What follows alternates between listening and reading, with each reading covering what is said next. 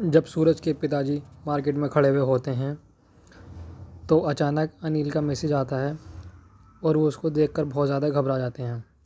तभी वहाँ पर सूरज पहुँच जाता है और वो अपने पापा से पूछता है कि अनिल जी आपको मैसेज क्यों कर रहे हैं।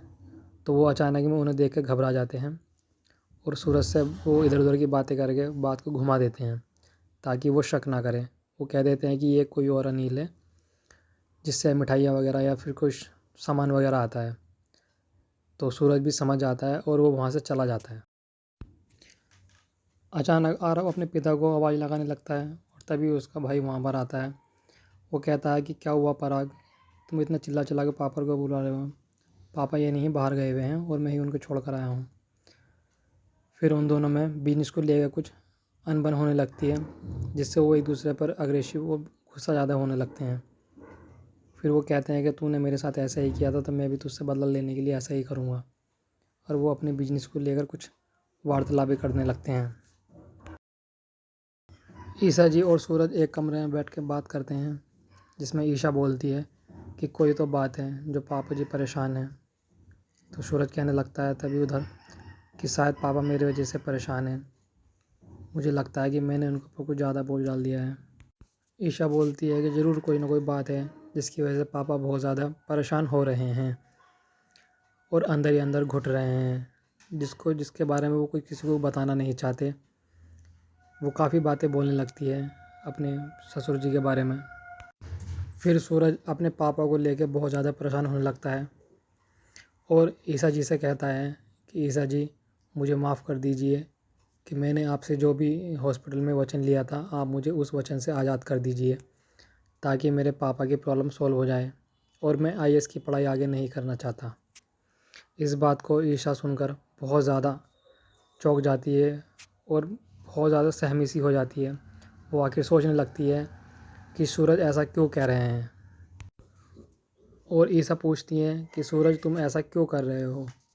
तो सूरज कहने लगता है कि मुझसे अपने परिवार की ये हालत देखी नहीं जा रही है जिसके लिए मैं अपने फैमिली के लिए बहुत कुछ करना चाहता हूँ, अपनी ज़िम्मेदारियाँ निभाना चाहता हूँ, अपनी फैमिली को संभालना चाहता हूँ।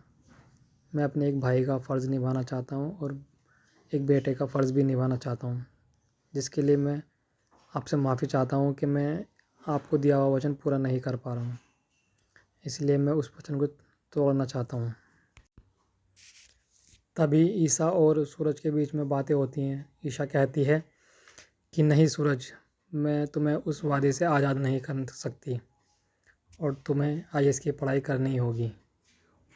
सूरज कहने लगता है कि ठीक है, तुम नहीं कर सकती तो ठीक है, अब तुम मेरे वादे को और जो मैंने तुम्हें वचन दिया था उसको टूटता हुआ और मुझे जलता हुआ देखोगी।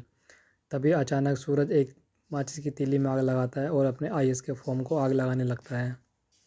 इतने में ही और जैसे ही वो सूरज उस तीली को कागज़ के ऊपर फेंकता है तो ईशा उसको हाथ में पकड़ लेती है जिससे उसका हाथ जल जाता है। तभी सूरज कहता है कि क्या ईशा जी आप कुछ भी करने लगती हो, मेरे खातिर इतना कुछ मत किया करो। फिर वो ईशा जी का हाथ पकड़ के उस पर दवाई लगने लगता है। तो ईशा कहती हैं कि अगर तुम सच में मेरा इतना ख्याल रखते हो तो मेरा वादा भी पूरा करो जो तुमने मुझे वचन दिया है, अब तुम्हें उसको पूरा करना पड़ेगा। तो वो सोचने लगते हैं कि आखिर क्या किया जाए। तो फिर वो दोनों अपने एक दोस्त के पास चले जाते हैं पढ़ाई करने के लिए। अपने दोस्त से मिलते हैं और वो कहता है कि मैंने सारे इंतज़ाम कर दिए हैं आप लोगों के लिए, आप पूरी रात आराम से कमरे में बैठो, पढ़ाई करो और अपने आईएएस की तैयारी करो और अपना एग्ज़ाम अच्छे से दो ताकि मैं तुम दोनों को आईएएस बनता हुआ अच्छे से देख सकूं। तो दोस्तों अगर आप लोगों को अगर ये एपिसोड अगर अच्छा लगा हो, पसंद आया हो, तो वीडियो को लाइक करें और कमेंट करके बताएं कि आपको कौन सा वाला पार्ट ज़्यादा अच्छा लगा है और हमारे चैनल को सब्सक्राइब करें। धन्यवाद। फिर मिलते हैं अगले नेक्स्ट एपिसोड में।